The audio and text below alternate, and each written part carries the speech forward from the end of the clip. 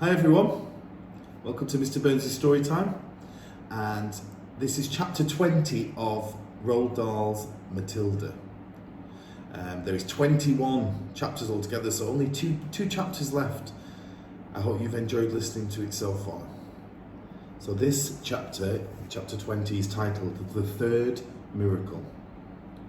The next day was Thursday, and that, as the whole of Miss Honey's class knew, was the day on which the headmistress would take charge of the first lesson after lunch.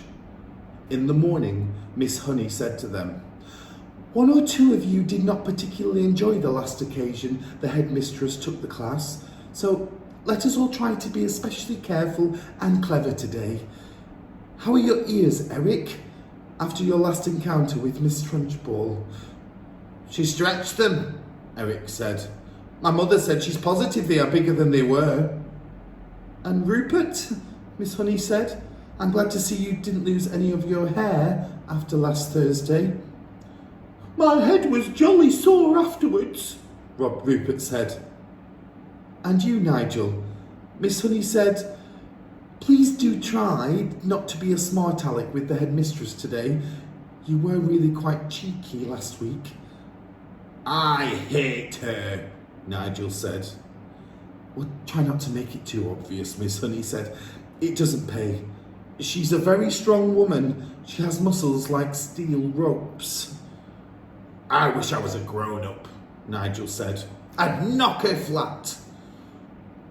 "I doubt you would," Miss Honey said. "No one has ever got the better of her yet." "What will she be testing us on this afternoon?" a small girl asked. "Almost certainly the 3 times tables," Miss Honey said. "That's what you were all meant to have learned this past week. Make sure you know it." Lunch came and went. After lunch, the class reassembled. Miss Honey stood at one side of the room. They're all silent, apprehensive, waiting, and then, like some giant of doom, the enormous Trunchbull strode into the room in her green breeches and cotton smock. She went straight to her jug of water and lifted up by the handle and peered inside. "I'm glad to see," she said, "that there are no slimy creatures in my drinking water this time. If there had been, then something exceptionally unpleasant would have happened to every single member of this class, and that includes you, Miss Honey." The class remained silent and very tense. They had learnt a bit about this tigress by now, and nobody was about to take any chances. "Very well," boomed the Trunchbull. "Let us see how well you know your 3 times tables. Or to put it another way, let us see how badly Miss Honey has taught you the 3 times tables." The Trunchbull was standing in front of the class, legs apart, hands on hips, scowling at Miss Honey, who stood silent to one side. Matilda, sitting motionless at her desk in the second row, was watching things very closely. "You!" the Trunchbull shouted, pointing a finger the size of a rolling pin at a boy called Wilfred. Wilfred was on the extreme right of the front row. "Stand up, you!" she shouted at him. Wilfred stood up. "Recite the 3 times tables backwards," the Trunchbull barked. "Backwards?" stammered Wilfred. But I haven't learnt it backwards." "Ah, there you are!" cried the Trunchbull, triumphant. "She's taught you nothing. Miss Honey, why have you taught them absolutely nothing at all in the last week?" "That is not true, Headmistress," Miss Honey said. "They have all learnt their 3 times tables, but I see no point in teaching them backwards.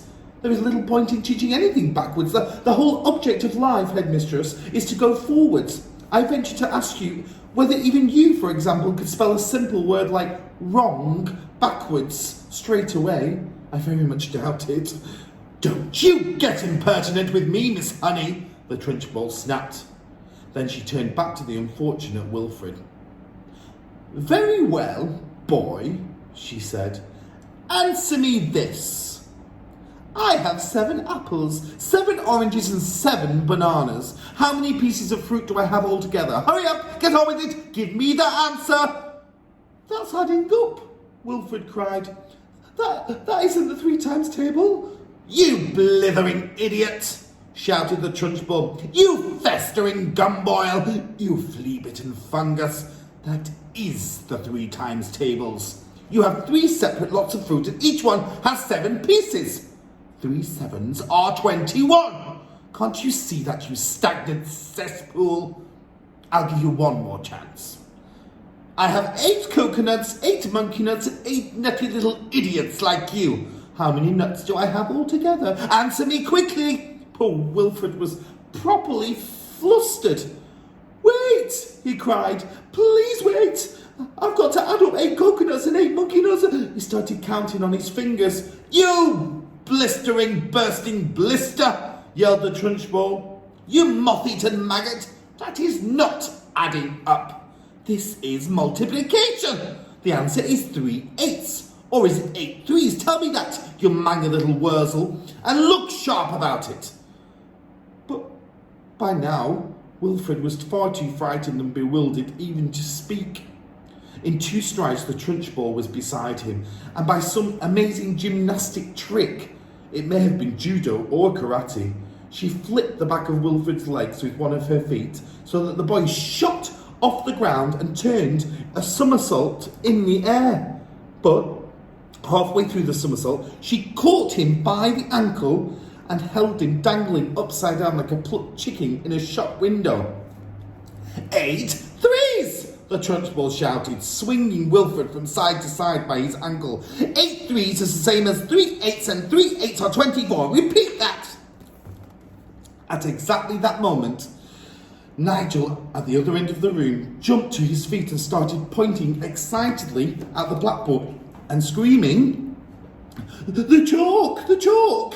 Look at the chalk! It's moving all on its own! So hysterical and shrill was Nigel's scream that everyone in the place, including the Trunchbull, looked up at the blackboard. And there, sure enough, a brand new piece of chalk was hovering near the grey-black writing surface of the blackboard. It's writing something, screamed Nigel. The chalk is writing something. And indeed it was. What the blazes is this? Yelled the Trunchbull. It had shaken her to see her own first name being written like that by an invisible hand. She dropped Wilfred on the floor. Then she yelled at nobody in particular. Who's doing this? Who's writing this? The chalk continued to write. Everyone in the place heard the gasp that came from the Trunchbull's throat. No! She cried. It can't be. It can't be Magnus. Miss Honey, at the other side of the room, glanced swiftly at Matilda. The child was sitting very straight at her desk, the head held high, the mouth compressed, and the eyes glittering like 2 stars. For some reason, everyone now looked at Trunchbull. The woman's face had turned white as snow, and her mouth was opening and shutting like a halibut out of water and giving out a series of strangled gasps.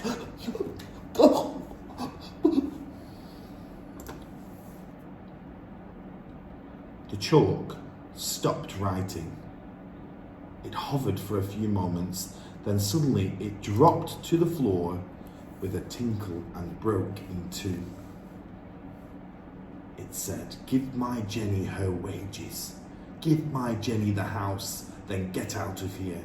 If you don't, I will come and get you. I will come and get you like you got me. I am watching Agatha." Wilfred, who had managed to resume his seat in the front row, screamed, "Miss Trunchbull has fallen down! Miss Trunchbull is on the floor!" This was the most sensational bit of news of all, and the entire class jumped up out of their seats to have a really good look. And there she was, the huge figure of the headmistress, stretched full length on her back across the floor, out for the count. Miss Honey ran forward and knelt beside the prostrate giant. "She's fainted," she cried. She's out cold. Someone go and fetch the matron at once." 3 children ran out of the room. Nigel, always ready for action, leapt up and seized the big jug of water. "My father says cold water is the best way to wake up someone who's fainted," he said. And with that, he tipped the entire contents of the jug over the Trunchbull's head. No one, not even Miss Honey, protested. As for Matilda, she continued to sit motionless at her desk. She was feeling curiously elated. She felt as though she had touched something that was not quite out of this world. The highest point of the heavens, the farthest star. She had felt most wonderfully the power surging behind her eyes, gushing like a warm fluid inside her skull, and her eyes had become scorching hot, hotter than ever before, and things that had come bursting out of her eye sockets, and then the piece of chalk had lifted itself up and had begun to write. It seemed as though she had hardly done anything. It had all been so simple. The school matron, followed by 5 teachers, 3 women and 2 men, came rushing into the room. "By golly, someone's floored her at last," cried one of the men, grinning. "Congratulations, Miss Honey." "Who threw the water over her?" asked the matron. "I did," Nigel said proudly. "Good for you," another teacher said. "Shall we get some more?" "Stop that," the matron said. "We must carry her to the sick room." It took all 5 teachers and the matron to lift the enormous woman and stagger her with her out of the room.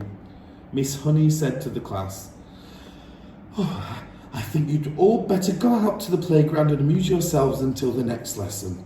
Then she turned and walked over to the blackboard and carefully wiped out all the chalk writing.